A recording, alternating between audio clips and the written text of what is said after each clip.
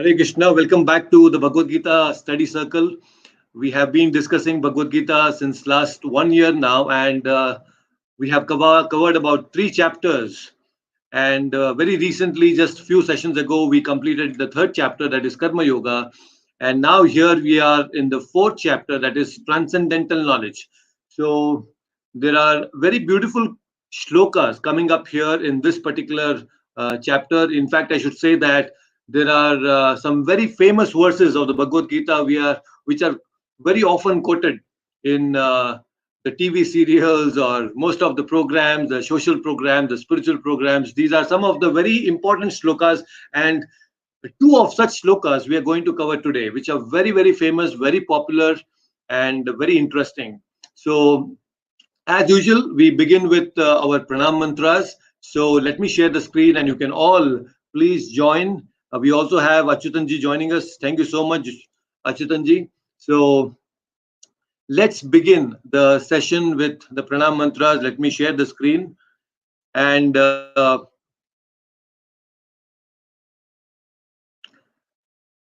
here we go. Just give me a moment, and great. So I'm sure you're able to see the screen, and let's offer this session to my beloved spiritual master, His Divine Grace, A.C. Bhaktivedanta Swami Srila Prabhupada, the founder Acharya of ISKCON. So let's begin with the pranam mantras. I request all of you to please join your palms and chant the shlokas, the pranam mantras along with me as they are displayed on the screen. Nama Om Vishnupadaya Krishna Prestaya Bhutale Srimate Bhakti Vedanta Swaminiti Namine Namaste Saraswate Deve Gauravani Pracharine Nirvishesha Shunyavadi Ashyat Deshatarine Jaya Shri Krishna Chaitanya Prabhu Nityananda Shri Advaita Gadadhara Srivasadi Gaura Bhakta Vrinda Namo Mahavadanyaya Krishna Prema Pradayate Krishnaya Krishna Chaitanya Namne Gauratvishe Namaha Namo Brahmanya Devaya Go Brahmana Hitaya Cha Jagadhitaya Krishnaya Govindaya Namo Namaha He Krishna Karuna Sindho Dinabandho Jagatpate Gopesha Gopika Kanta Radha Kanta Namostute Tapta Kanchana Gaurangi Radhe Vrindavaneshwari Rishabhanu Sute Devi Pranamami Hari Priye Vancha Kalpatarubhyascha Kripa Sindhubhya eva cha Patitanam Pavanebhyo Vaishnavebhyo Namo Namah Hare Krishna Krishna Krishna Hare Hare Hare Rama Rama Rama Hare Hare ओम अज्ञानतिमिरन्धस्य ज्ञानञ्जनशलाकया चक्षुरुन्मिलितं येन तस्मै श्रीगुरुवे नमः.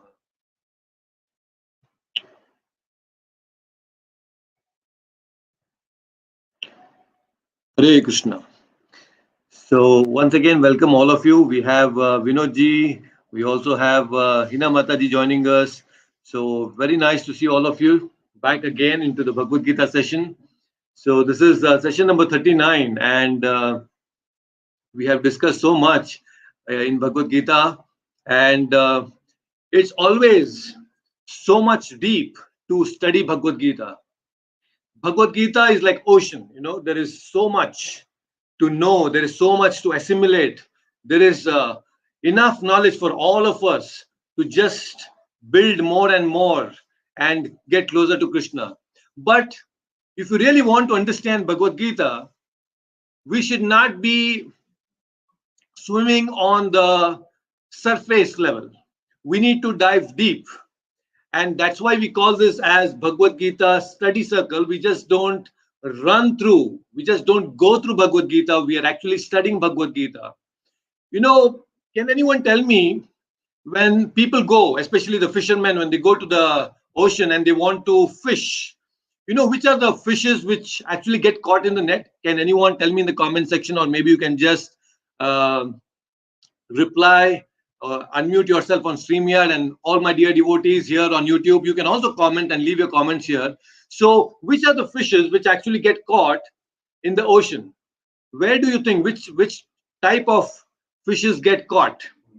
And then ultimately they get caught in the net, and then they are actually killed, and ultimately they satisfy the tongue of the human beings. So ultimately, my question is, who is the one? What type of fishes actually get caught? So Vinodji is saying immature ones. How do we decide whether somebody is immature or matured? Very nice, by the way. Hina Mataji, curious kind. So Hina Mataji is saying there are some curious fishes which actually come and they get caught.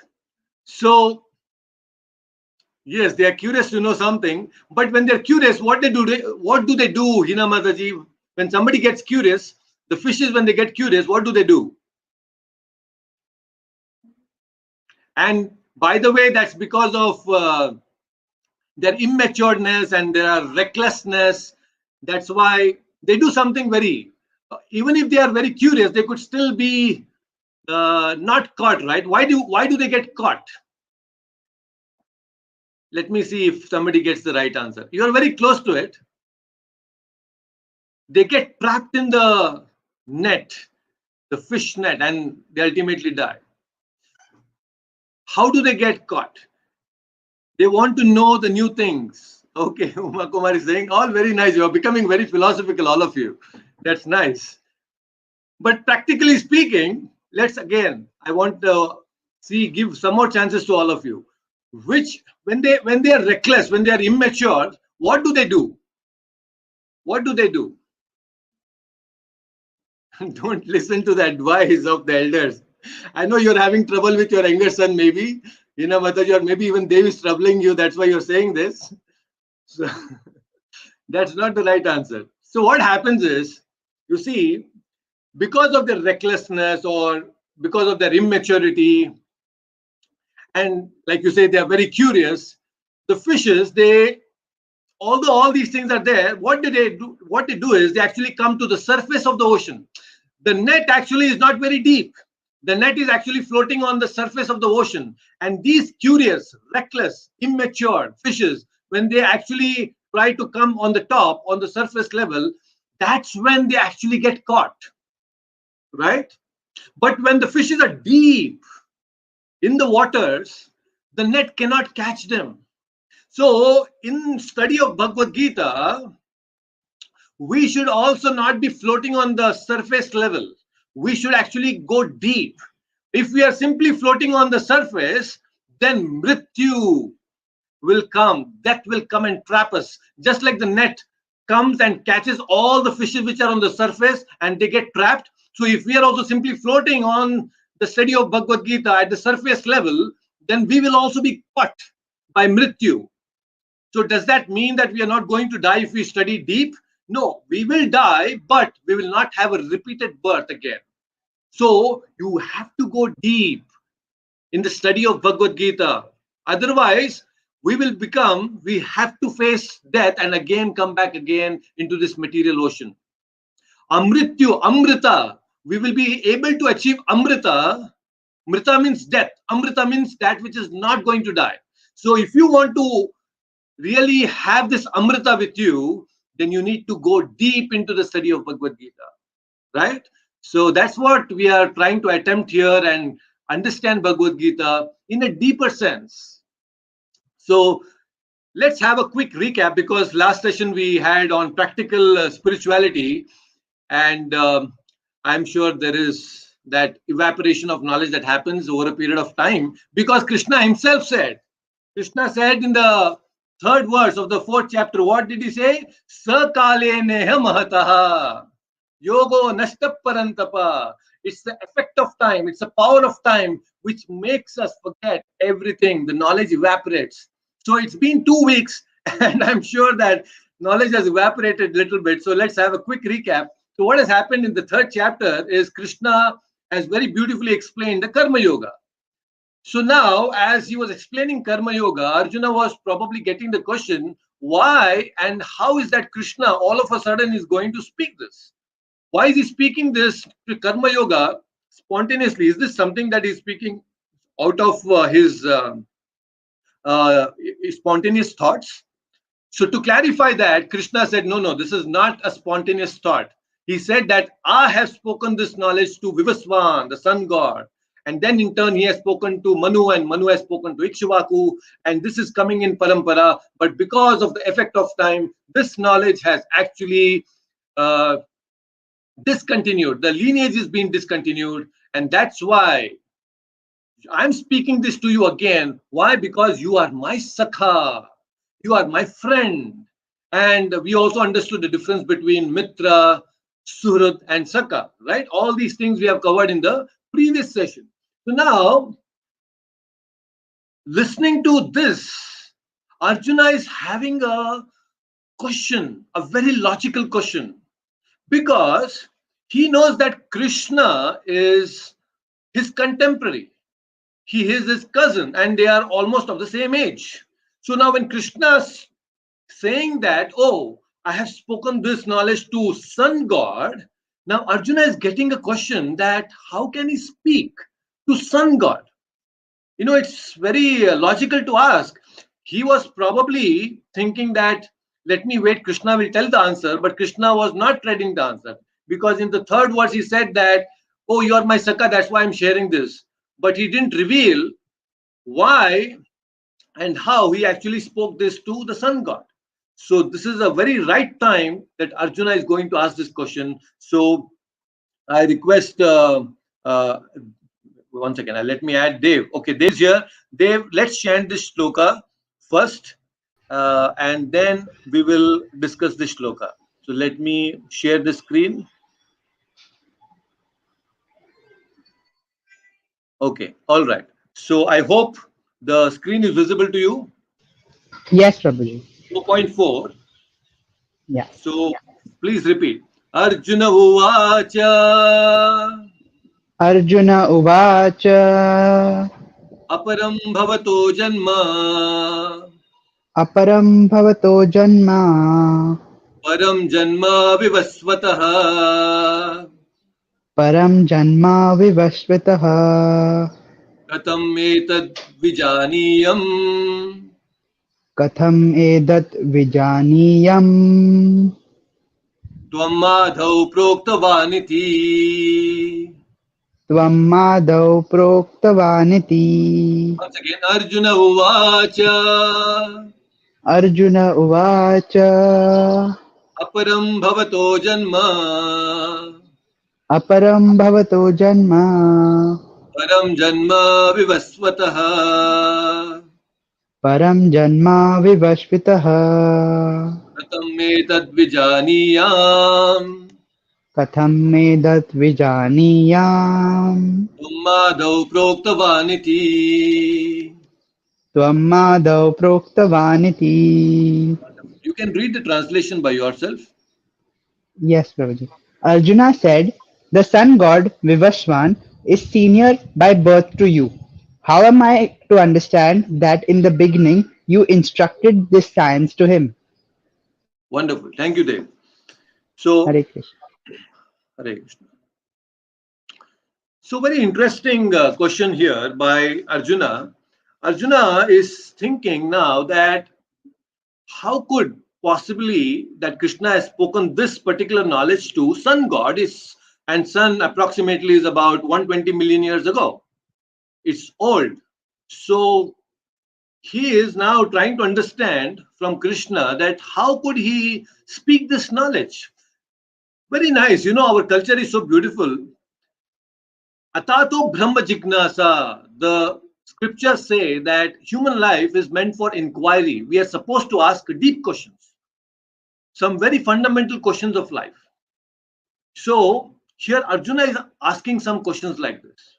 In fact, not just Arjuna, if you analyze all the various scriptures, it's all in the form of question answers. You take Srimad Bhagavatam, you take Bhagavad Gita, you take Mahabharata, you take the Puranas, you take all these different scriptures, it's all in the form of conversations. It's all about questions and answers, but they are not some trivial questions.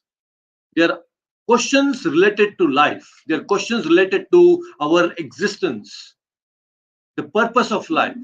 So Arjuna has a reason as to why he's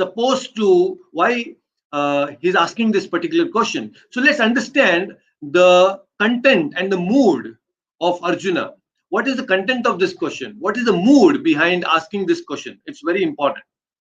Just imagine now, you're talking to one of your friend, and your friend tells you that, oh, you know that I have spoken this particular knowledge to your great great grandfather.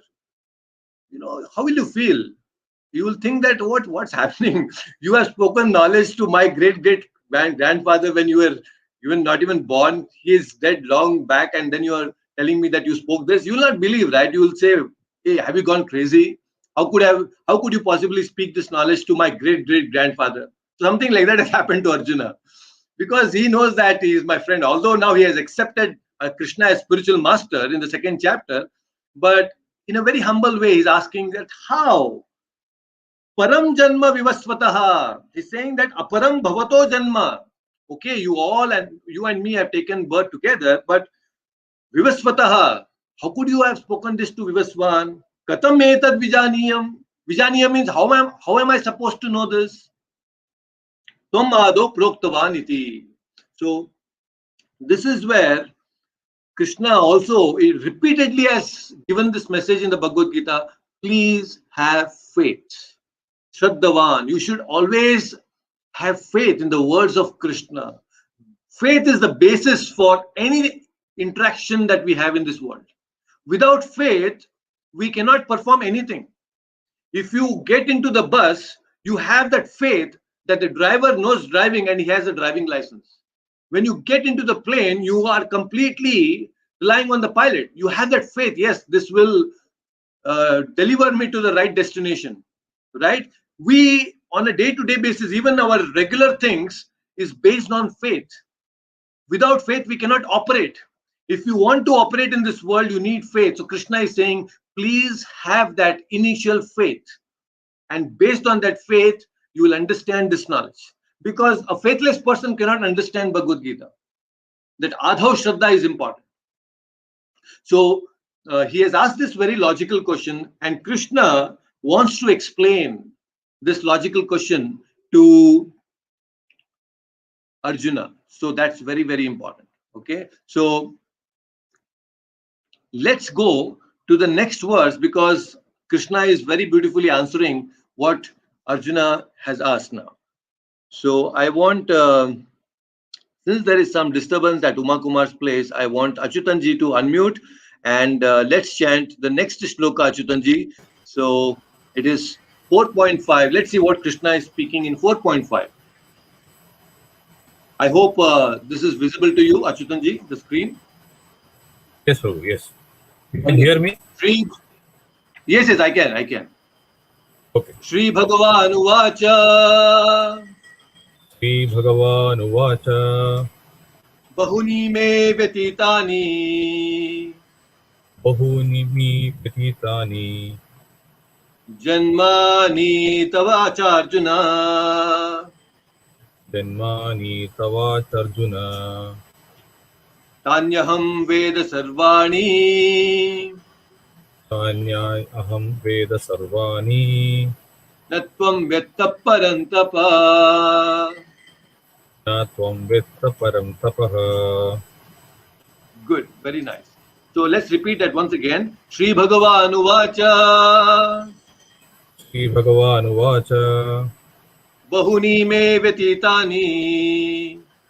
बहूनि मे व्यतीतानि Janmani tavacha Arjuna. जन्मानि तव च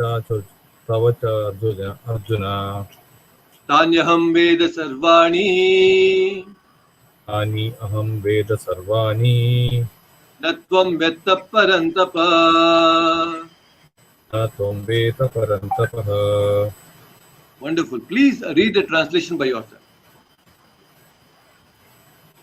The blessed Lord said, many, many births both you and I have passed. I can remember all of them, but you cannot. O subduer of the enemy. Hare Krishna. Wonderful. Thank you so much. Hare Krishna. All right.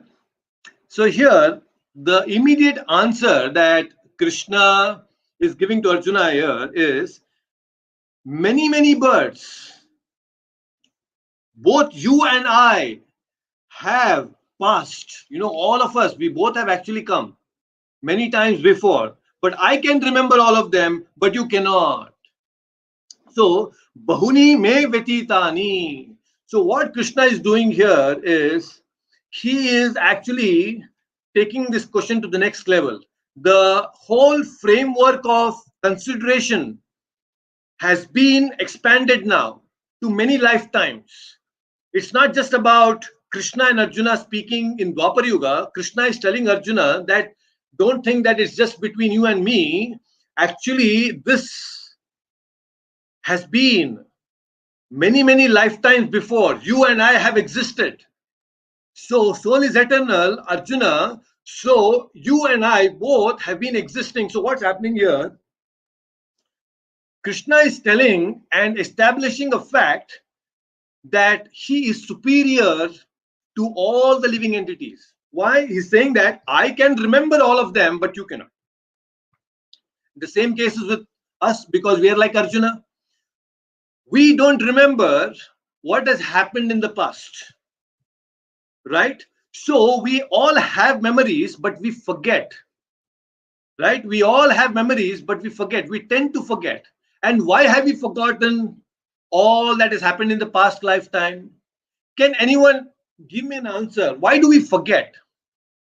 Why do we forget all our past life? What is the reason behind we forgetting our past lives? So you can either unmute yourself and directly give your answers, or you can also comment in the section. Okay. So why do we forget? Prabhuji, it is actually it is good that we forget because otherwise we'll be keep thinking about the previous lifetime in this lifetime as well. So what's wrong with thinking about past life, Dave? Because anyway, you must have enjoyed so many things. You must have had wonderful things in the past life. Why it is not good to remember the past? We'll be keeping on contemplating on what wrong things we did. That is like the nature of the mind. We always think about, we don't keep thinking about the right things. Instead of that, we think on the things what we did wrong in the past. Ah, okay, wonderful, very nice. That's one of the answer. Very nice. It's because we have this tendency to think negative, and that may actually stop us from thinking something positive in the current lifetime. Wonderful, very nice.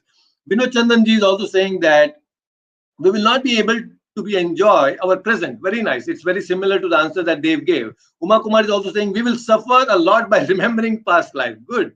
So this one point has actually been hammered in your mind, I think, because all of you remember this point that we had shared earlier. So that's very nice. And Achyutanji is saying that's detachment. Yes, we will not be able to detach is what you mean because we still keep remembering and we get attached to the past. So is that what you mean, Achyutanji? So since we are remembering the past life, It stops us from being detached and we get more attached.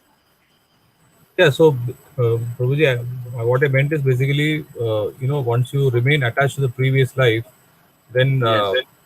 you will not have a present life. You should not have any detachment. I mean, not have any attachment to that life. Correct. Wonderful. That's also a very good answer. Actually, I was not expecting that, but it's a very nice answer. So here, Hina Mataji is saying we will be stuck in those karmas and karmic bonds. Yeah, all those. Anyway, we are stuck with the karmic bonds, but it will further induce us to do the same activities again and again, and we may not be able to do the right thing going forward. So that's very nice. You see, what happens is the reason why, a technical reason, most of the memories that we have is related to the body. Most of the memories is related to the body.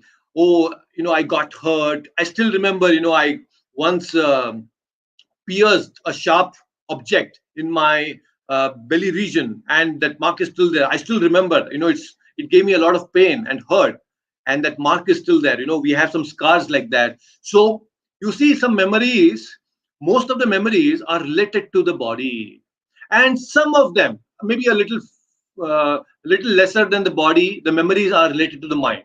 So most of the memories that we have are actually related to the body and the mind.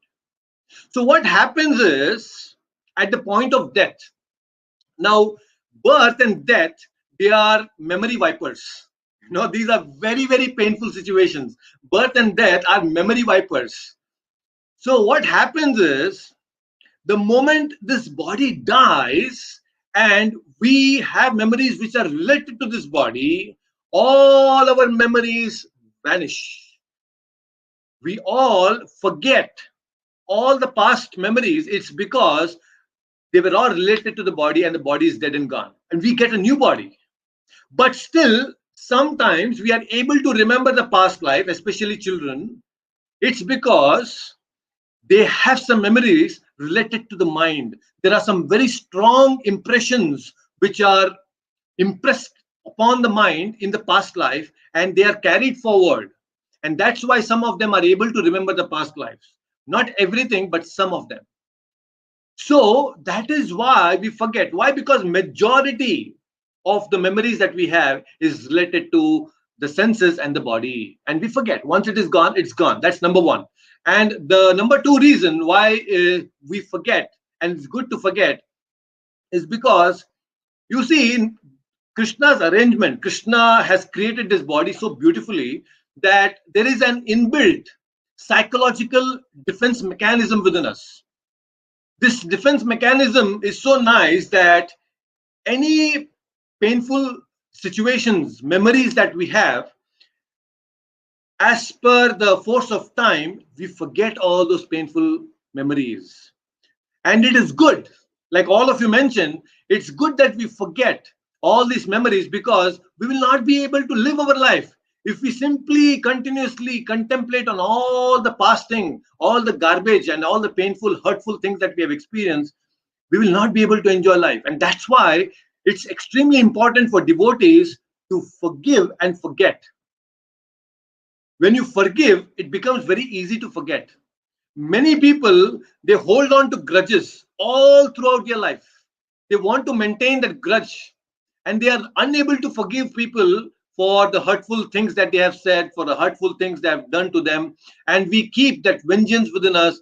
And that's why we continue to suffer all the time. It's like holding the coal in your hand. Although you want to throw at the people that they have hurt you, but you are actually burning yourself before you even burn them, right? So that's what happens with us. So it's better that we forget. The more you contemplate on all these things, it's dangerous. But you see, Krishna's arrangement is so wonderful. We forget. We forget. Krishna makes us forget. And it's a blessing, actually. It's a mercy of Krishna that this system is there within us. Very beautiful. Maybe artificial intelligence cannot do it, right? Dave, you should work on this. It's very important. Artificial intelligence, it will only remember, it cannot forget. I don't think they have a system of forgetting things. It's very important. And the third reason, now this is, third reason is also very important. Our memory itself is very volatile. Our memory, human memory, is very volatile. Why do I say? Is because you see, today is 21st March 2021. Do you remember what did you do in 2020, the same day, 21st March 2020? Does anyone know? Don't tell me that you attended the Bhagavad Gita class on 21st March. No, we don't remember what we did. You see, it's so volatile. Memory, it just goes. We don't remember anything that we did last year, the same day. So that is the difference between us and Krishna. Now, Krishna is so powerful. He remembers not just what he did on this particular day last year, but he can exactly tell us what he did this particular second, this particular minute. It is so powerful. Krishna's memory is so powerful. Matta smritir jnanam apohanam cha. In fact, the remembrance, memory comes from Krishna. Krishna says, when you forget, I give you the remembrance. Why? Because Krishna is all knowing. He's all knowledgeable. Past, present, and future. He's Trikala Jnani. Isn't it? In fact, one more very scientific thing I want to share with all of you, because we are sharing here about memory. You know, today we are all talking about cloud computing, and everything is there in the cloud, and all the data is getting stored in the cloud, and everybody wants to put their data on the cloud. Cloud, you know, cloud means what? It's actually in the sky. Sky means Akasha Tattva. You will not believe, actually, sound. Right now, as we are speaking, the sound is actually coming from, or the foundation, the basis for the sound is Akasha Tattva, ether. Ether. We are made up of 5 elements. One of the element is ether. And ether is the basis for sound. Without ether, there is no sound. Or in fact, I should say the sound is one which creates ether. So what I'm trying to say here is, all that we speak, all that we do is getting stored in the ether that is there in the cosmos. There is so much of ether. So there is a huge cloud computing that is happening in the nature, in the Prakriti. So everything that you have done in the past is all stored in the ether element. Ether is huge. It is the largest, it occupies the largest volume when it compares in the whole universe. Ether is one element which actually takes up a lot of volume compared to the other elements. I don't want to go much into detail about this, but I just want to tell you that anything that you do in this life, you speak, is all getting stored. Everything is getting stored. If you have spoken wrong things to people, it's getting stored in the ether. And at the point of death, when you're dying, there are many instances when people are lying on the deathbed, all these things come back to your memory. The ether element will retrieve all these memories, all these bad things, good things, everything that you have done. And like a flashback, it will be shown to you at the point of death. So be very careful what you do in this lifetime, because at the point of death, everything will come like a movie. It will be showed, it will be revealed to you, all your past. And then the jiva, he will cry. Many people on the deathbed, they're dying not because they are just seeing their relatives and friends departing. No, they're also feeling or having that guilt for doing all the wrong things which they are now remembering. And so much of valuable human life is being wasted by them, and they're about to die now. They couldn't do anything. They think that they want to do when they become old, but then it's too late. So bad. So again, I just told this as a simple tip to know that ether is a wonderful cloud computing created by Krishna. So everything is getting stored. As we are speaking this, it is getting noted down in the ether. So it will be revealed to you at the point of death. Yes, at this particular time you had attended Bhagavad Gita class. So there was all this audience here, and Prasagna Prabhu was sharing this knowledge. So you will remember at the point of death, hopefully. So if you remember, it's very nice because you are remembering Krishna. So more we engage in studying Bhagavad Gita, associating with the devotees, chanting the holy names, that is what is going to be revealed to you at the point of death. We will remember Krishna and go to Goloka. That's the ultimate goal. So do not waste time. Do not waste time. And do not speak anything ill to others, Because when we speak ill to others, especially when we use very harsh words to people, you know, all those things will come back and you will be able to listen to them, your own words. So that will be more painful. So that's how we need to avoid all those things. So here Krishna is saying that we existed, you existed, I existed, but I remember them all. Why now Krishna is able to remember is because Krishna's body is not like our body. Krishna's body is Sachidananda body. We change our bodies, memories are gone. Krishna's body is a spiritual body and it is always eternal, always fresh. And that's why Krishna's memories are also constant. He never forgets because his body never changes. He has an eternal form. You see, there is a lot of logical discussion here that is happening. Because Krishna does not change his body, he never forgets. He'll never forget what he has done. So wonderful. So that's the beauty of Krishna. And very nicely it is said that how Krishna, here it is said, Advaitam Achyutam Anadim Ananta Rupam Adhyam Purana Purusham Navayauvanam Cha Vedeshu Durlabham Adurlabham Atma Bhaktau Govindam Adi Purusham Tamaham Bhajami. Prabhupada says in this purport that Advaitam Achyutam. Achyutam means he never falls from his position. Yeah, I think you are able to hear the background music that is going on here. So, but anyway, I'll still continue. I'll not get interrupted by them. So, there is some background music. Maybe we should do some kirtan here with this background music. So, just give me a minute. Maybe that will get. By the way, if you have any questions, meanwhile, I think you can keep thinking about it and you can ask. Yeah, now the noise is gone. Okay. I'm sorry for that interruption earlier. Okay, so Advaita Achyutam. Achyutam means, we have Achyutanji also here. Achyutam means one who does not fall from his position. So Krishna remembers. Because he remembers, he never falls down from his position. What a wonderful position that Krishna has. And Navayauvanam Cha. Navayauvanam means Krishna's body is always fresh. Have you seen any picture of Krishna where he looks with all big beard and very weak? You will never see a picture or image of Krishna where he looks very weak. Krishna is very youthful. He will always look as if he is just 16 years old. Krishna lived for 125 years on this planet, but still at that age, he was ever fresh. He was looking like a small 16-year-old boy. On the battlefield of Kurukshetra, he was still young. Although Arjuna was looking a little old, but then Krishna was ever young because Nava Yauvanam Cha. His body is ever fresh.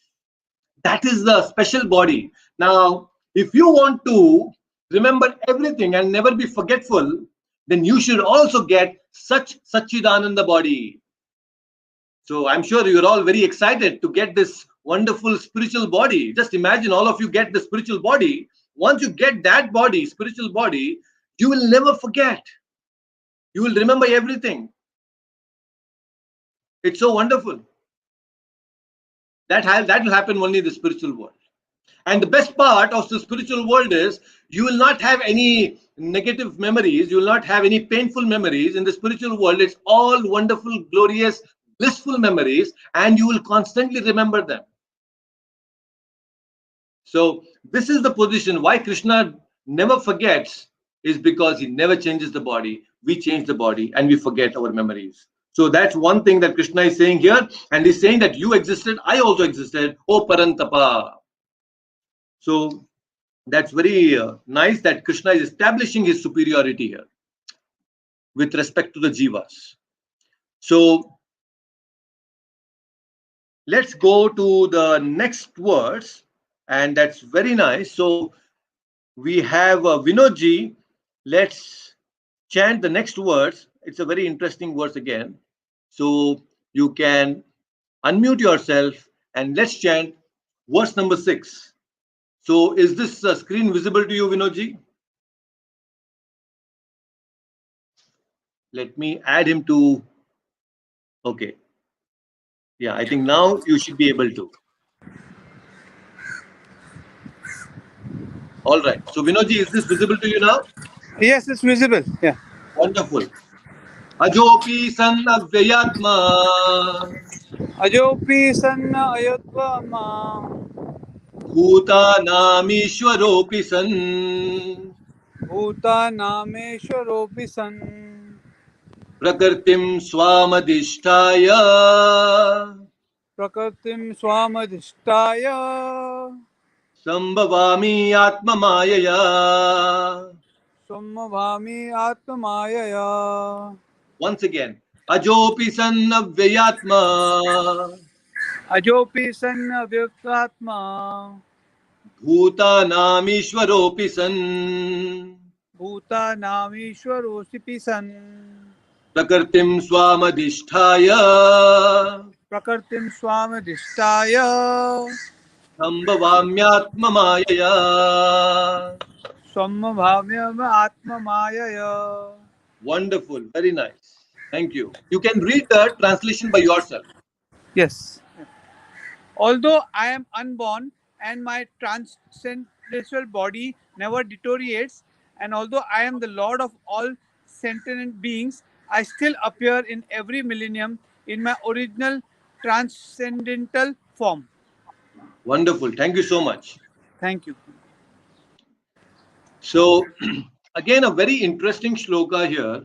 So, this particular shloka, Krishna is saying, Ajopisan avyayatma bhutanam ishwaropisan. It means that Ajo, Aja, Ja means Janma, to take birth. Aja means to not take birth. Ajo means that you are unborn, like we are all spirit souls, we are unborn. Krishna, who is the Supreme Lord, he is also unborn. We are eternal all the time. Ajopi san avyayatma. So, what is avyayatma? Avya means without deterioration. So, the soul never dies. The Krishna, being the supreme soul, he also never dies. There is no birth and death to the spirit soul. But there is a difference between the soul and the super soul. And what is that? Krishna is saying, Bhutanam Ishwaropi san. Of all the Bhutanam, the living entities, the different living entities, I am the Ishvara. All the different living entities are my manifestation. They're all coming from me. So we are all part and parcels of the Supreme Lord. Prakartim swamadhisthaya. I manifest myself with respect, with my internal potency. Sambhavami atmamayaya. I come, I take a different forms into this material world by my internal potency. So this verse is has been a very good recipe for huge debates between the Vaishnava and the Mayavadi. So Vaishnavas and Mayavadis have literally they have waged a war against each other, quoting this particular shloka, because here Krishna is saying that Prakartim. He's saying that Prakartim Swamadhishtaya. I come from Prakriti. So what Mayavadis tend to say is, oh Krishna, he's not a supreme God. He's human like us, but he's a supreme human. They say that he is supreme human because he's also coming from Prakriti. You see, that's the understanding that people have. But Sambhavami means to manifest, to come into existence. But Krishna is saying, how does Sambhavami happens? Atma Mayaya. That Atma Maya means I manifest in different forms because of my internal potency. So, broadly speaking, the Supreme Lord has three types of potencies. There is Antaranga Shakti, there is Bahiranga Shakti, and there is Tatashta Shakti. Bahiranga Shakti means this Maya that we speak, this Durga Devi who is actually controlling the material nature. This is called Bahiranga Shakti. Bahiranga Shakti is also energy of the Lord, but its functionality is different. Now it controls, this Bahiranga Shakti controls all these material universes. But there is Antaranga Shakti, there is internal potency of Krishna. This internal potency Krishna is for Krishna's activities. It takes care of all the different activities of Krishna. And that is under the control of Lakshmi Devi, Antaranga Shakti. And Tatashta Shakti, marginal. Tatashta means marginal. So we, all living entities, we are Tatashta Shakti. We are neither Antaranga, we are neither Bahiranga. We are Tatashta, we are marginal. Now, we being Tatashta, sometimes we can fall into the Bahiranga Shakti of Krishna, and sometimes we can fall into the Antaranga Shakti of Krishna. Right now, currently, we are under the control of Bahiranga Shakti. Just like on the beach, sometimes there are some objects on the beach which gets covered by the waves of water of the ocean, and again after some time the water goes and again the object is visible. So right now we are covered by the material wave, so we are completely covered because we are Tatashta Shakti. The beach is the Tatashta. It's like a margin, right? It is in between the land and the ocean, the beach. So we are in that position right now.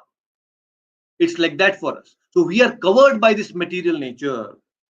So very interestingly, Krishna is saying here that it is because of my internal potency I come here. So we should never think that Krishna is ordinary person. He never comes because of some material manifestation. Material energy is giving him form. No. In fact, in the next future chapters, Krishna is going to say that how that Prakriti is under his control.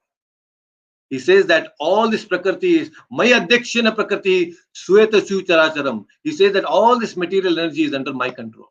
He's the controller of this Prakriti. He never comes under the Prakriti. So Krishna is making it very clear here that although you were existing, I am existing, but you come, all of us, we come under the control of material energy. But when Krishna comes with his internal potency. Just like I had given this earlier, this analogy example of how when a prime minister of country, he visits the prison, it is not that he is forced into the prison, he is actually going into the prison by his own will, with his own accord, to probably give some nice motivational speech to all these prisoners there and rectify their problems and all the misgivings they have done, and then again come back and lead a normal life in the society like a normal citizen. But the PM, when he's in the prison, he's not subjected to the laws of the prison. He's completely free. He can roam around wherever he wants, right? But we prisoners, no, we cannot. We don't have that freedom. So when Krishna, he is the supreme prime minister of the whole universe, when he comes into this prison, this material world, he is not subjected to the laws of this material world. There is a difference because he's this controller. He is never subjected to birth, old age, disease, and death. But we are actually subjected to birth, old age, disease, and death. So this is the difference. So he never acts, never comes under the control of Prakriti, this material Prakriti. So this is the difference. So now the next two shlokas are very interesting, very, very important. And let's try to understand a little bit more about this upcoming shlokas and very, very famous shlokas. So probably it'll be very easy for all of you to chant. So now let's see if Uma Kumar can read. Uma Kumar, you can unmute yourself. I'm going to display the screen. Yes, Guruji. Let's chant this shloka. It'll be very nice. And then, okay, just give me a minute. Okay. All right. 4.7. Yada yada hi dharmasya Yada yada hi dharmasya glanir bhavati bharata glanir bhavati bharata abhyuttanam adharmasya apyutanam adharmasya tadatmanam srijamyaham. tadatmanam srijanmaham. Once again. Yada yada hi dharmasya Yada yada hi dharmasya glanir bhavati bharata glanir bhavati bharata abhyuttanam adharmasya apyutanam dharmasya tadatmanam srijamyaham. tadatmanam srijamyaham. Wonderful. Please read the translation by yourself. whenever and wherever there is a decline in religious practice, O descendant of Bharata and predominant rise of my irreligion, at that time I descend myself. Wonderful. Thank you so much. So, very popular shloka. Most of you are already aware of this. And there are so many things that we have discussed previously. But here, Krishna is giving a very interesting thing, a very nice shloka. And this is a very merciful nature of the Lord. See, Krishna is so loving. Here he's saying that yada yada hi dharmasya glanir bhavati bharata. Whenever there is rise in irreligion, I descend, I come personally, and I come because abhyuttanam adharmasya tadatmanam srijamyam. Who will say this? You know, there are many people who promise us to be very helpful. Many times people come and say that, yes, Swamiji, or okay, whenever there is a problem, just give me a call and I will come and help you. Anytime you can just give me a call and I will help you. I'll be there for you. There are many people who promise us. They want to give us that abhaya. Abhaya means fearlessness. But there can be no one like Krishna. Many times when we call people in the midnight, oh, I have a problem, please come, they'll think, okay, there is a problem, let me go in the morning. You know, they say that, okay, somehow this problem can be uh, kept on hold or kept can be parked till the morning and let me go in the morning. Many times people promise like that. Anytime you call, I'll come, but then when you actually call them, but they say, no, no, let me go a little later. Krishna is not like that. Krishna, anytime you call, he is accessible to you. He is accessible to you at real time. Real time means moment to moment. He's there with you. He's listening to you. He listens to your prayers because right there within your heart, 24 hours, he's there. So he's very, very close. And he's saying here, yada, yada, this word, whenever and wherever. So Krishna is saying, whenever you want to call me, you call me. Wherever you want to call me, you call me.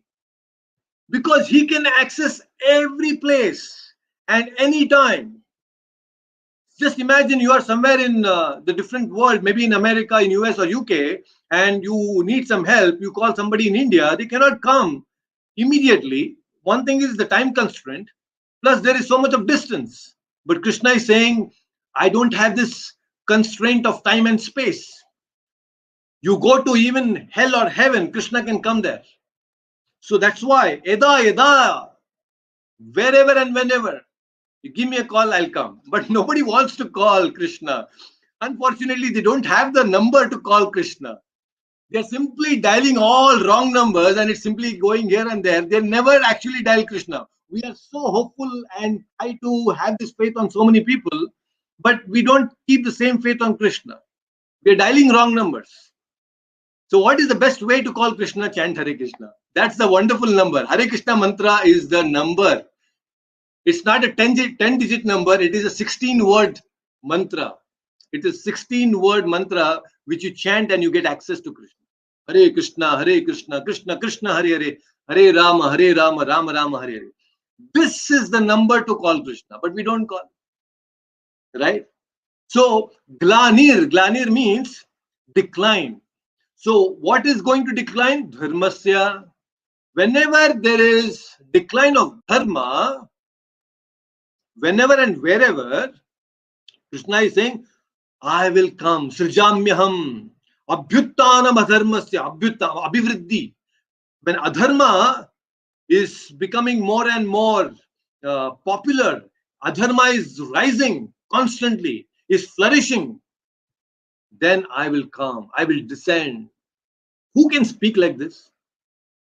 Can anyone say like this? Can anyone tell, oh, yeah, there is the adharma happening, I will go and protect? No, we don't have this capacity. Only Krishna can declare. This is not simply a conversation, especially this particular shloka. It is not a casual conversation. Krishna is declaring something here. It is a declaration. It is Krishna's declaration, which means he is going to act on this. Very wonderful shloka, you see. Abhyuttam. What is, by the way, adharma? There is good, there is bad. Now, when bad overtakes the good in proportion, then we call it as adharma. And vice versa, when bad is overtaken in proportion by good, then we call it as dharma. So whenever adharma is more, relatively speaking, when compared to good, then Krishna is going to come. Now, dharma, this word is multivalent. Now, what do I mean multivalent? It means it can mean a lot of things. Dharma is not a, does not have a single meaning. Dharma has multiple meanings. And what are those? You see, like previously, we spoke about dharma at the constitutional level, at the soul level. The soul has a constitutional dharma, and that is to love and serve Krishna. Then we have dharma at a vyavaharik level. You know, we have to do like practical spirituality, right? We were discussing about cleanliness. We spoke about prasadam previously. So that is also a dharma at a vyavaharik level where it's a devotional act again. So there we also have to follow dharma, how to deal with people, how to deal with things, how to deal with our own self. This is also dharma. So that is another level of dharma. Another dharma is at a transitional level. Transitional level means where we are doing sadhana bhakti. As a sadhakas, we are discussing about practical spirituality. So this is all about transitional dharma. So what I'm trying to say here is, whenever there is adharma, when there is rise in adharma, Krishna appears to re-establish. He comes, he descends. How does he descend? He uses his internal potency and he takes a form. And that's exactly what he's doing on the battlefield of Kurukshetra. As he's speaking, he's actually doing this. What is he doing on the battlefield? He's actually trying to establish dharma. Dharma, which was actually overtaken by adharma, adharma created by the Kauravas, this Duryodhana and party. So much of adharma, chaos they had created in the society. And to re-establish, he has again come. Just imagine when Krishna came, he had to kill so many demons. This Mother Earth was suffering. Why? Not because of the weight of the population that is growing. No. This earth is capable enough to handle 10 times the population or even more. But she cannot tolerate adharma. So when so much of adharma was there on this planet, she went to Brahma, please help me. I'm suffering here of all this nonsensical people. So Brahma said, I cannot do anything. Let us go to Vishnu. And Vishnu said, okay, I'm going to come. You see? Why? Because adharma was on rise. The good people were suffering. And that's why Krishna had to come. Krishna came. And so many demons he killed. Putana, Shakatasura, Vritrasura. Not Vritrasura, I'm sorry. This fire demon. And then there was this, he taught something to Indra. So many demons, unlimited demons he killed, right? Then Kamsa himself. And here finally a big mega plan of Krishna here on this Kurukshetra war, where he wants to eliminate each and every adharmic person on the planet, from the planet. Completely wipe out all the adharmic people. That's the master plan of Krishna. And that's why he's here and speaking this Yada Yada Hi Dharma. It's a declaration. So as he's speaking, he's actually executing his orders. You see, so beautiful Krishna is. So that's why Krishna's words, Krishna himself, no difference. It's absolute. There is no difference between them. So wonderful. And only Krishna can declare like this, you see. But this is the special mercy of Krishna. To establish dharma. Why dharma? Because there are good people and you want to protect the good people. You want to protect the good people. That's why he descends. So that he is going to explain in the next chapter. So next verse. So Hina Mataji can unmute and let's chant this very interesting shloka, and that is verse number 8. So I hope, Mataji, this screen is visible to you. Yes, Prabhu. Let's chant this very interesting shloka. Paritranaya sadhuna परित्राणाय साधूनां विनाशाय च दुष्कृताम् विनाशाय च दुष्कृतां धर्म संस्थापनार्थाय धर्म संस्थापनार्थाय संभवामि युगे युगे. संभवामि युगे युगे. Once again, परित्राणाय साधूनाम् परित्राणाय साधूनां विनाशाय च दुष्कृताम् विनाशाय च दुष्कृतां धर्म संस्थापनार्थाय धर्म संस्थापनार्थाय संभवामि युगे युगे. संभवामि युगे युगे. Wonderful. Please read the translation by yourself. In order to deliver the pious and to annihilate the miscreants, as well as to re-establish the principles of religion, I advent myself millennium after millennium. Wonderful. Thank you so much, Mataji.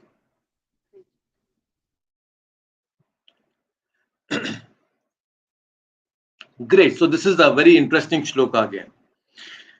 And the most important, one of the very important shlokas in the Bhagavad Gita, and especially in this chapter. Paritranaya sadhuna. What does it mean? Paritranaya sadhuna. So whenever there is adharma, when there is abhyuttanam adharmasya, that happens, then tadatmanam srajamyaham. That is the time when I descend. But why do I descend? It's not simply because I want to establish dharma, but it's also because paritranaya sadhuna. There are a lot of sadhus. Who is a sadhu? A saintly person. When saintly persons are suffering, that's when Krishna appears personally. He's saying that I will descend personally to protect my devotees. So, there was this king Akbar, and Akbar also had Birbal as a minister in his court. And although there were a lot of other people, kings, Akbar was a kind of relatively good Mughal king because he was favorably inclined towards our Vedic culture, and he used to read Bhagavad Gita, and he also used to support the construction of temples. There are many temples which were supported in North India. If you go to Mathura Vrindavan, Akbar was the only person probably who has actually helped some of the Hindus in building and constructing temples. So there are some very nice things here. Once when Akbar was reading this particular shloka, Paritranaya sadhunam vinashaya cha dushkritam dharma samsthapanataya sambhavami yuge yuge, I personally come. So this was indigestible to Akbar. He said that why the Lord has to come personally? He can send someone, right? He can send some of his people to take care of all these people, like the good people, and then he can protect them. Why he has to personally come to protect? So when he asked this to Birbal, Birbal said, my Lord, I have this answer, but I will not give you immediately. You have to wait for this. So once when Akbar and Birbal, both of them, along with the son of Akbar and the boatman and everybody, they were actually going on a boat in the river. So while they were actually on the boat, Birbal pushed the son of Akbar into the waters.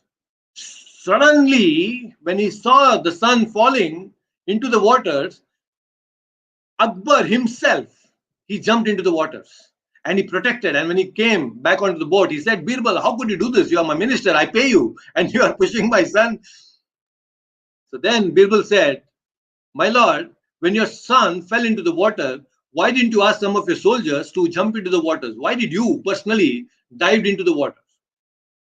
Said, well, I love him. He's my son. So that's when Birbal said, similarly, just like you personally jumped into the waters, you did not order anyone else. Because he is your son and you love him, you personally dived. Similarly, Lord Krishna, when he loves, of course, he loves everyone, but when there is someone who is intimately connected to Krishna, devotees, the saintly sadhuna, When they are in pain, Krishna, as a loving father, he personally comes to protect his devotees. That is the quality of a real father, you see. So, paritranaya sadhuna, he protects his devotees. That's why he comes. So,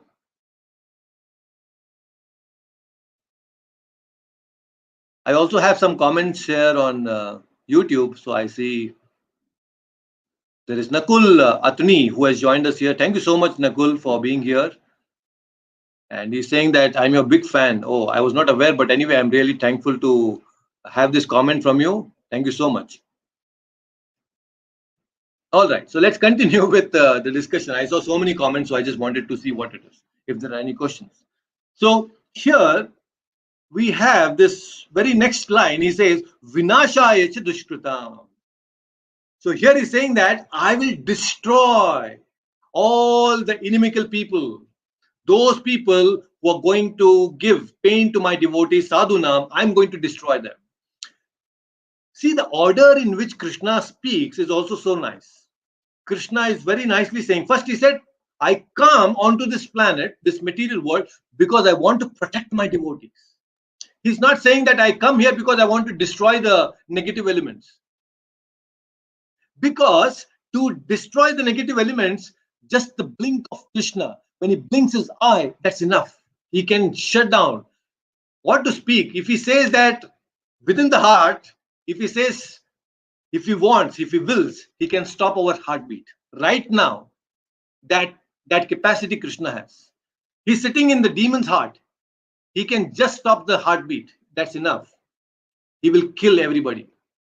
But no, he comes personally because he wants to protect. He wants to reciprocate with his devotees, because the devotees have put so much of faith in Krishna and they want to see that Krishna protects them.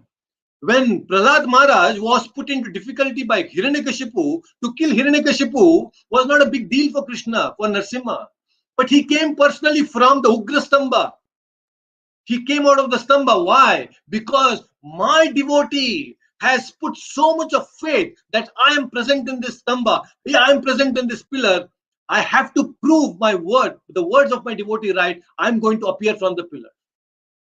Just see. Paritranaya sadhuna. Arjuna, the Pandavas are difficulties. He comes personally running. Draupadi is calling, oh, how can I feed this Durvasa Muni and all his disciples? She calls Krishna. Krishna comes personally. Paritranaya sadhuna. Just see. Gajendra is in pain. The crocodile has caught him. Again, Paritranaya sadhuna. To kill the crocodile, to kill all these negative elements doesn't take time for Krishna. He comes because he wants to have a nice, loving relationship with the devotees. And he sets an example like this by taking incarnations that, yes, I come personally to protect my devotees. Every time, every single time. There is a constant conflict, battle between good and bad. This good and bad is there within us. Adharma and dharma, both are there within our heart. And there is a battle that is going on constantly on a day-to-day basis. There is a battle within our heart that is going on. And the same battle which is there in the heart is projected outside by the people. And that's why we see there is a constant battle between good and bad elements within the society also. The same thing is getting projected outside, right? So that's why we need to understand that Krishna incarnates in specific forms. He's not ordinary. Dharma samsthapanarthaya sambhavami yuge yuge. I come because I want to re-establish dharma by giving the control to my devotees. After this battle of Kurukshetra, you Pandavas are dharmic people, and I will re-establish Yudhishthira to be the king, the emperor of the world. Dharma samsthapanarthaya. I will not rule it myself, I'll give it to the devotees. In the time of Ramayana, when there was a battle between Ravana and Lord Ram, he eliminated Ravana, and then Dharma samsthapanarthaya, he told his dear devotee Vibhishan, now you rule. Lanka, and you ensure that dharma is carried out from you. Dharma samsthapanartha. That is the beauty of Krishna. Who can do this? Who can declare other than Krishna? Nobody can do this. It's only Krishna who can declare like this. Dharma samsthapanartha. Why dharma is important? It's because we will suffer. When we do adharma, we suffer. And by dharma, we elevate ourselves to Krishna consciousness. So I wanted to share some more very nice things about the avatars. When Krishna says Sambhavami Yuge Yuge, that means not just in Dwapar Yuga, in millennium after millennium I come. So, what are the different types of incarnations? I wanted to share with all of you. So, there are basically, broadly speaking, there are 6 kinds of incarnations. Now, what are these 6 kinds of incarnations? Number 1, the Purusha Avatara. Number 2, that is Leela Avataras. 3, the Guna Avataras. Number 4, the Manvantara Avataras. Number 5, there are Yuga Avataras. And number 6, there are Shakta Vesh Avataras. Very interesting, isn't it? So incarnation is also not a very simple thing.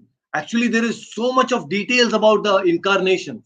So there are Purusha Avataras. So let's understand a little bit about what are these Purusha Avataras. So Purusha Avataras means the original supreme personality of Godhead is Krishna. In the Srimad Bhagavatam, there is a very nice verse which says that Ite chamsa kalha punsa Krishnastu Bhagavan Swayam Indriyari Vapulam Lokam Mridiganti Yuge Yuge. So the original, the supreme personality is actually Krishna. Krishna is the original form.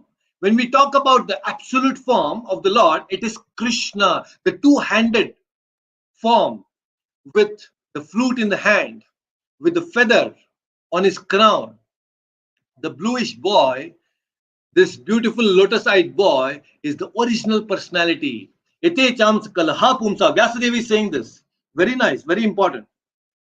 And I just want to check very beautifully. Krishna also has said, Prabhupada is mentioning about one very nice verse, one very nice statement that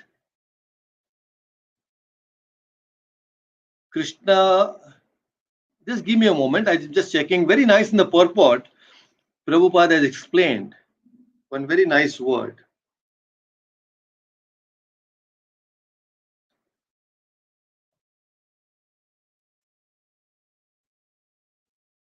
I'm just trying to get this sentence which very beautifully explains. Prabhupada is very nicely saying this verse.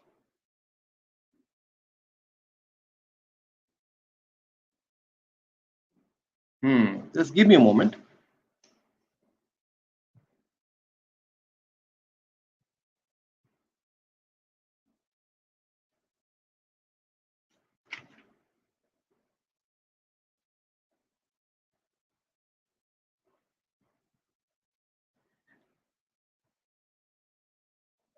Okay, I'm sorry, I'm just not getting it. The purports are quite huge today, they're quite big ones.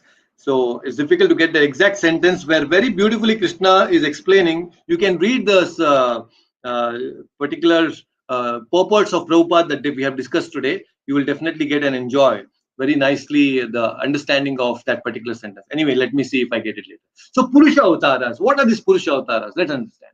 So Krishna is the original personality, and from Krishna, then there are expansions. Then there is the immediate expansion, that is Balarama, and then that is Sankarshana. It's also called some.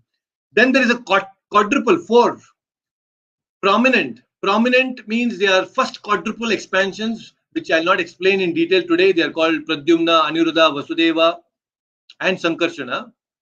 And there are second quadruple expansions. Now, when this material world has to get created, then there are specific avataras, Purusha avataras. What are those Purusha avataras? The Purusha avatara is first is Mahavishnu. Mahavishnu is lying on the causal ocean, and then we have seen that image previously. When he breathes out, when he exhales, all the different universes like bubbles, they come out from the pores of his skin. All these different universes are coming out. So that form is Mahavishnu. From Mahavishnu, who has created all these different universes, the concept of multi-universe is very much proved here. Now, there is the next expansion from Mahavishnu, that is Garbhodakshay Vishnu. Garbhodakshay Vishnu means in every bubble, that is every universe, there is an expansion called Garbhodakshay Vishnu. So Garbhodakshay Vishnu further expands himself into Kshirodakshay Vishnu. So these three are actually Purusha avatars. Kshirodakshay Vishnu means it is there in every atom, in everybody's heart.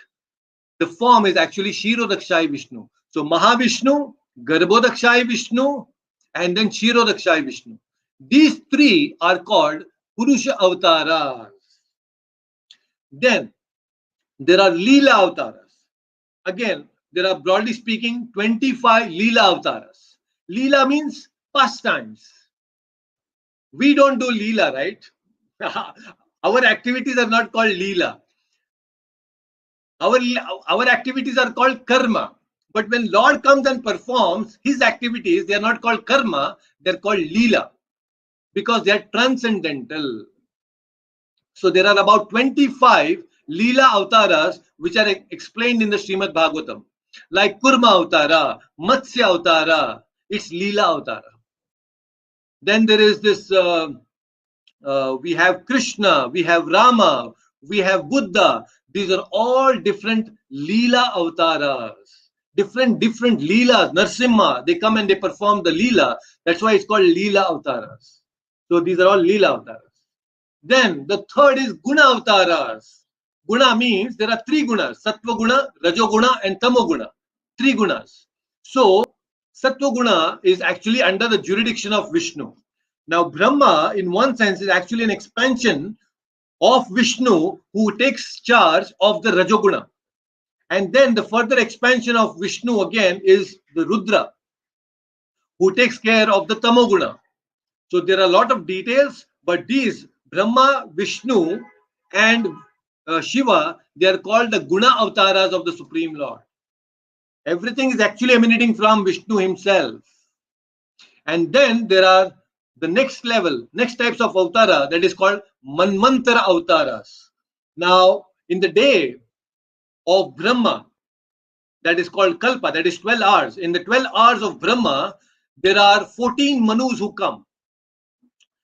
There are 14 Manus who appear in one day of Brahma.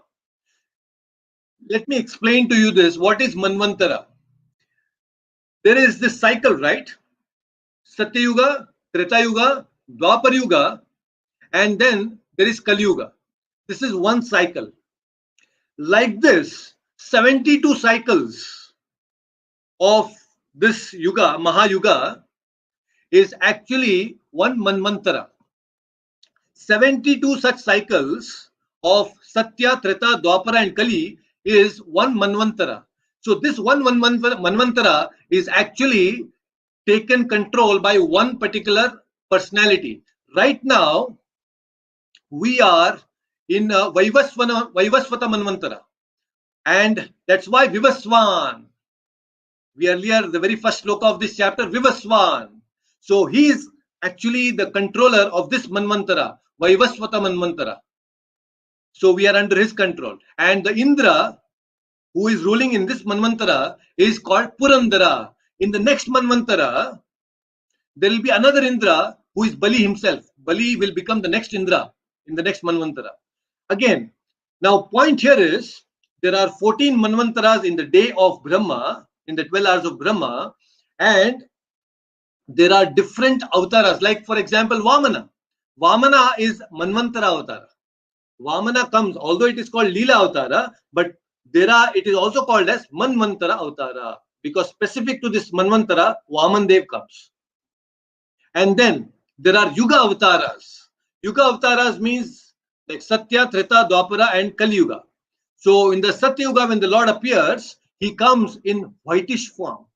In the Treta Yuga, when he comes in reddish form, the boar incarnation. And when he comes in Dwapara Yuga, he comes in the Shamasundara blackish form, the Krishna. And then when he comes in the Satya Yuga, that is, sorry, in Kali Yuga, he comes in yellowish form. Chaitanya Mahaprabhu, he comes Tapta Kanchana Gaurangi, we say, right? That is for Gaurangi is Radharani. So Gauranga is Chaitanya Mahaprabhu. So he comes in yellowish form in Kali Yuga. So in Kali Yuga also there are many incarnations. For example, Tirupati Balaji. Tirupati Balaji appeared in Kali Yuga. Chaitanya Mahaprabhu is going to come in Kali Yuga. And again, Kalki Avtara is going to come in Kali Yuga. So Yuga Avtaras are there. Then there is Shakta Vesha Avtaras. Shakta Vesha Avtara means Avesha. I'll explain to you what is this Avesha. All these are little technical, but this is a very good information that you should know. Shakya Vesha Avtara means there are some personalities which are empowered by Krishna. Like Narad Muni, he's a Shakya Vesha Avtara. Now, Narad Muni is a personality, he's a living entity like us, but he's specially empowered by Krishna. The four Kumaras, the Sanat Kumaras, the sons of Brahma, they are also Shakya Vesha Avtaras. They are specifically empowered by Krishna. Vyasadeva, again, he is a Shakya Vesha Avtara. Srila Prabhupada, Shakya Vesha Avtara. They are specifically empowered by Krishna. So these are the different 6 kinds of incarnations. And in the Garga Samhita, there is a conversation between Narada Muni and King Bahulashva. So there also, they are talking about 6 kinds of incarnation, which I just want to briefly mention here.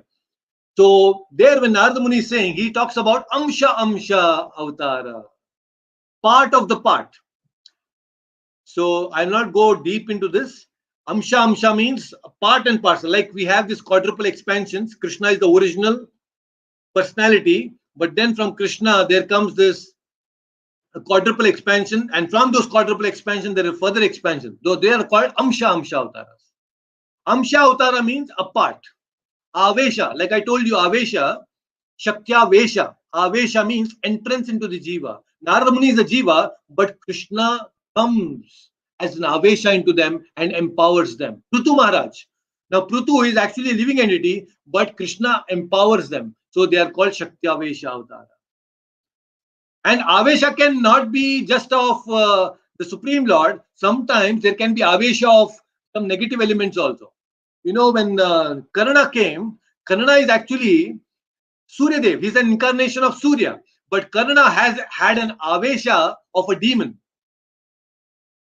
Sahasrasura, Sahasra Kavachasura, something like that he was. I don't remember his name. So he had Sahasra Kavacha. It's because of the demon. So Avesha was there. In Putana, although she was a demoness, there was an Avesha of Urvashi in Putana. So there are a lot of things to be known about Avesha. Then Kala. Kala means a full part, an incarnation in full. And Purna means it's full. Like Vishnu is Purna Avatar. But Paripurnatma is Krishna. If there is one incarnation which is Paripurna, and that is Krishna, the supreme original personality of Godhead. Just like a candle. You know, you take a candle and you take that candle and you light another candle. Now, both the candles will actually light in a similar fashion. They have the equal, similar potency to give light. But still, the first candle is the original candle. So from Krishna, all the different incarnations, the Manvantara Avtaras, the Purusha Avtaras, the Leela Avtaras, the Guna Avtaras, all these different incarnations are coming from the original source, and that is Krishna.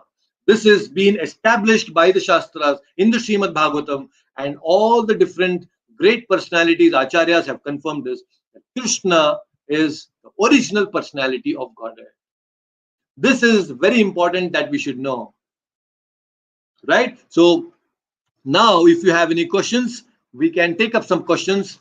So this will be really nice. So this is what we wanted to explain today. So Krishna has explained that I want to re-establish dharma, and that's why I come. This is a declaration that Krishna is doing in this particular two shlokas, that paritranaya sadhunam vinashaya dushkritam.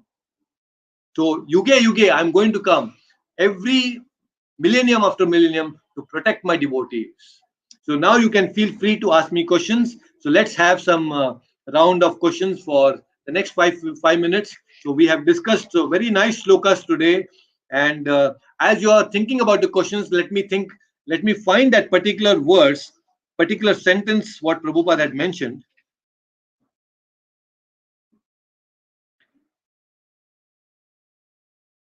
Here he mentions in the fourth verse, in the fourth verse of today, 4.4 purport, Prabhupada says very nicely, Arjuna knew perfectly well that Krishna is the supreme personality of God. Now, it's not that Arjuna is doubting, oh, how can he speak to sun god? He's not doubting. There is no doubt in Arjuna's mind. But people may question, how can a Krishna speak to sun god? So, to benefit all the conditioned soul, Arjuna is asking this question on our behalf. So, there, Prabhupada is saying that Arjuna knew perfectly well that Krishna is the supreme personality of Godhead, the fountainhead of everything, and the last word in transcendence. I repeat that again. The fountainhead of everything and the last word in transcendence. See the choice of words that Prabhupada has used here. Very nice. Fountainhead. You know, fountain, when there is water coming out of the fountain, it comes out and then it sprinkles everywhere, right? So fountainhead means the base from where the fountain comes erupts. Prabhupada is saying Krishna is like that. Everything erupts, but the fountainhead is Krishna. All the different incarnation, like fountain, they all keep coming, and the fountainhead is Krishna. In fact, scriptures say there are unlimited incarnations. Just like you cannot count the number of waves coming into the ocean, you sit on the beach and you count the number of waves? No, there are so many waves that keep coming. So there are so many incarnations, innumerable incarnations of Krishna. Incarnates in the different species. It's not that he's taking incarnation only in human form. He takes incarnation in the animal forms, in the bird form, in the fish form. He takes form incarnations in every different species, innumerable incarnations. But then he says, everything is the fountainhead of everything, and the last word in transcendence. Last word of transcendence means all the Vaikuntha planets are transcendental. I know you are very much aware now. What is transcendental? Beyond the three modes. It's spiritual. In spiritual world, there is Vaikuntha, there is Mathura, there is Dwarka, there is Ayodhya, there is Goloka, and then different forms are there in the spiritual world. But in that transcendence also, the last word, the topmost, Prabhupada is saying that Krishna is the last word of transcendence. That means it's the topmost. Okay, so this is how Krishna is explained. Prabhupada is explaining this. I hope you get the form. So let's take some questions. Prabhupada is saying here all these beautiful things. And Achyutanji is asking, Guruji, I had a question from our previous session. Oh, I remember. I'm so sorry. Today, I'll not be able to do justice to that particular question. I did remember, but since we have very limited time, Achyutanji, I will definitely touch upon those questions in the next session because it requires a background that has to be given, but they are very important question which we will definitely touch upon. Yes, very nice. Hina Mataji is asking, that's wonderful knowledge for us, although we'll need to hear again. Yes, actually there is a lot of details about these avatars. There is a lot of explanation that goes in explaining these different avatars. The Guna avatars, the Purna avatars. There are many, many, many types and details that we are going to ask. Like Mohini avatara. Like we have this Mohini, Krishna comes in the form of Mohini. Now, it's a Leela avatara. For a very specific purpose he comes. He takes that incarnation and he goes. So it's a Leela avatara. Again, in this Leela Avataras, there are There are temporary, there are something called as Nitya, Naimittika. Lot of details are there, which we will, as we go forward, we will explain and understand more about it. But for now, you should know that these are the different levels of avatar. Achyutanji is asking again, one thing that we discussed today was about supreme science and how it was passed on as the chain of disciplic succession. Correct. Would be wonderful to know which era or history did the degradation begin. Yes, I need to uh, study a little bit about this and then give you the right answer. Although on a superficial level, I know something, but it's better that I contemplate on this question a little bit and then give more details so that you will understand, you will enjoy, and in the process of researching, even I will enjoy. So that's a very important question. I will definitely touch upon that question next time, Achyutan. Correct. I completely understand. So Hina Mataji is asking again, Prabhuji, what is the Mayavadi philosophy? Did not understand the difference, although I think you had explained earlier. So what happens here? See, there is Vaishnava Siddhanta, there is Mayavadi Siddhanta, there is Dvaita philosophy and Advaita philosophy. Now, Mayavadis are Advaitas, means they say that you are Brahman, I am Brahman, and there is a supreme Brahman. So it's just that we have forgotten that we are Brahman right now. That means we are God. But when we get liberated, we will merge into that supreme Brahman and we will become God. This is Mayavadi philosophy. They think that when we get liberated, they will become God. And this is very prominent in India. There are many people who think, who believe that they are God, but just that right now they don't know that they are God. But when you do meditation, do tapasya, and you become purified, then you will become God. So this is the understanding of the Mayavadis. Now, what Vaishnava Siddhanta says is, Atato, like Aham Brahmasmi, the whole discussion is on Aham Brahmasmi. It's a very deep topic. That Aham Brahmasmi means I am also that Brahman, I am also that God. But Vaishnava Siddhanta says, no, Aham Brahmasmi means I am qualitatively same as God, but quantitatively I am not God. For example, you take a drop of water from the ocean, it is salty. The water in the ocean is also salty. So qualitatively, they are the same, but quantitatively, a drop of water cannot be called as ocean. So we are qualitatively, yes, I'm spiritual. The Supreme Lord Krishna is also spiritual in nature. Sachidananda, Sachidananda. But I am not God because quantitatively I am limited. Krishna is Vibhu, I am Anu. So this difference the Mayavadis don't understand. Mayavadis think that I will become powerful as Krishna when I become liberated. It's not going to happen. Krishna is Krishna all the time. If we were God, God is God for all the time, eternal. Sat Chit Ananda. Sat means eternal. God is not that I was God yesterday, I did not become, right now I'm not God, tomorrow again I will become God. No, no, God is not like that. God cannot be defined. God is God for eternity. You see? So there is a difference. If I was God, then how is that we are conditioned right now? How is that I have taken this material body? Right? I should not be getting the material body. I should be getting spiritual body, just like Krishna. When he comes into this material world, he takes avatara. That's why it is called avatara. Avatara means you are descending from spiritual world to this material world. That's why it's called avatara. When we take birth, we are not taking avatara. We are taking punarjanma. There is a difference.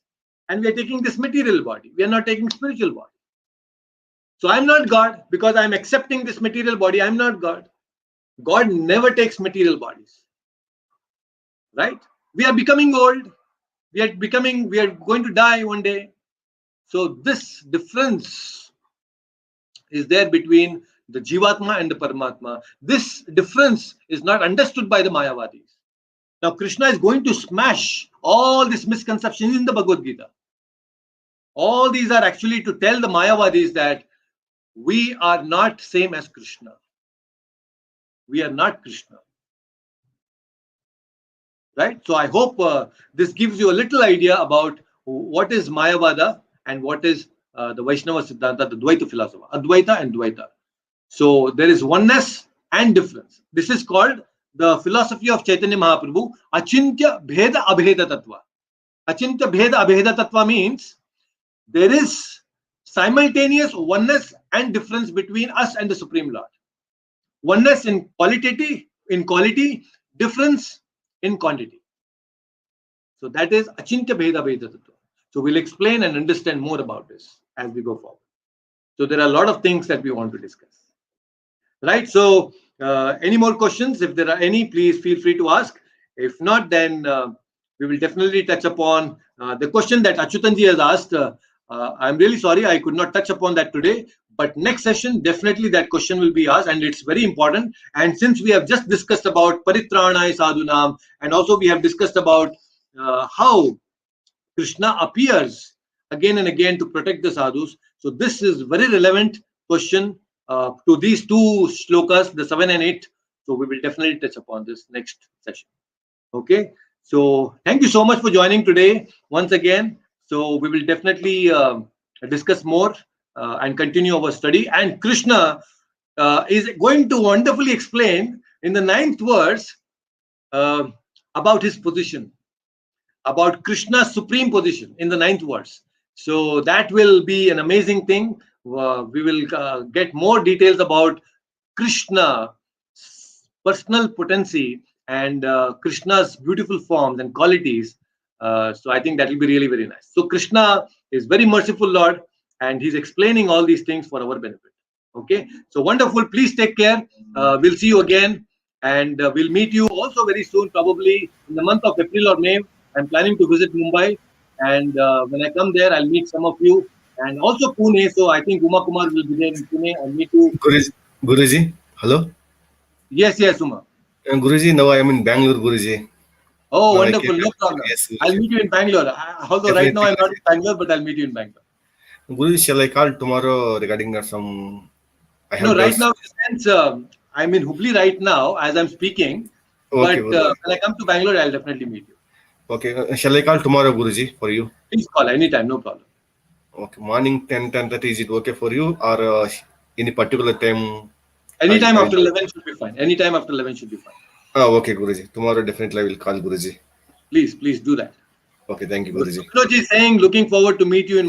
Yes, definitely, Vinodji, I'm coming there.